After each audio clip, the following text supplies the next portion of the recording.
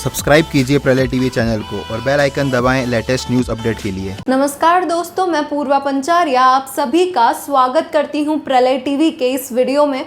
दोस्तों, आज हम बात करेंगे पिछले दिनों इंदौर नगर निगम में हुए भ्रष्टाचार के खुलासे के बारे में।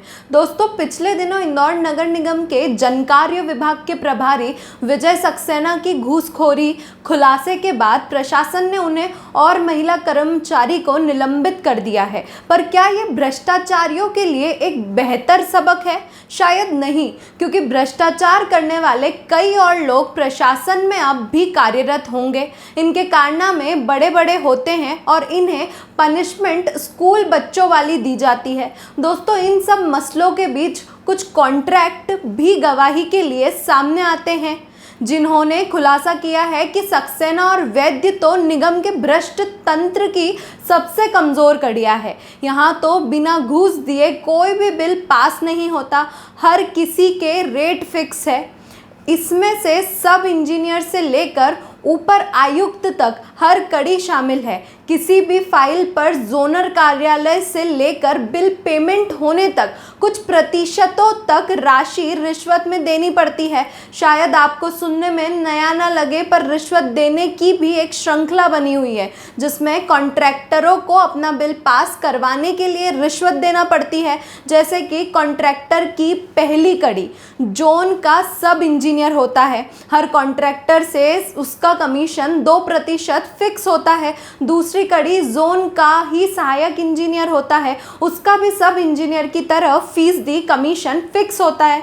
तीसरी कड़ी जोनल अधिकारी है। यहाँ कुछ 1% में फाइल साइन कर देते हैं तो कुछ 2% में कमीशन लेते हैं। चौथी कड़ी में निगम के प्रमुख जनकार्य विभाग का अधीक्षण यंत्री होता है। यहाँ छोटे बाबू से लेकर ऊपर आयुक्त तक के नाम से वसूली होती है।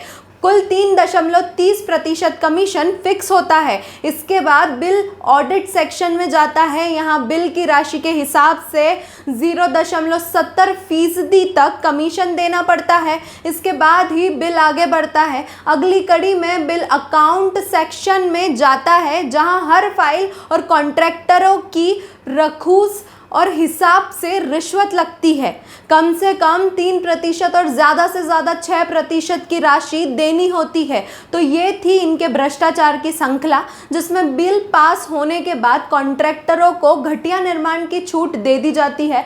सक्सेना के मामले में निगम के ऊपर आयुक्त देवेंद्र सिंह का कहना है कि इस बंटवारे के बारे में मुझे कोई जानकारी नहीं है। सक्सेना और क्लर्क वैद्य अधीक्षक यंत्री ही विभाग के हैं और उन्हीं की जिम्मेदारी है। इसके अलावा निगम के जनकार्य विभाग में 2011 से इंजीनियर अशोक राठौर कार्यरत है, जिनका बीच में 1.5 साल के लिए उज्जैन तबादला हुआ, जिसके बाद में वो फिर लौट आए। इनके बाद निगम में सहायक यंत्री लक्ष्मीकांत वाजपेयी है, फिर अधीक्षक विजय सक्सेना और इसके अलावा 7 क्लर्क हैं। दोस्तों, अब सवाल ये है कि लोग टोपी किसे पहना रहे हैं, आम जनता को या फिर कॉन्ट्रैक्टरों को या फिर प्रशासन को? तीनों ही सूरतों में इनकी भ्रष्टाचार या बेनकाब है।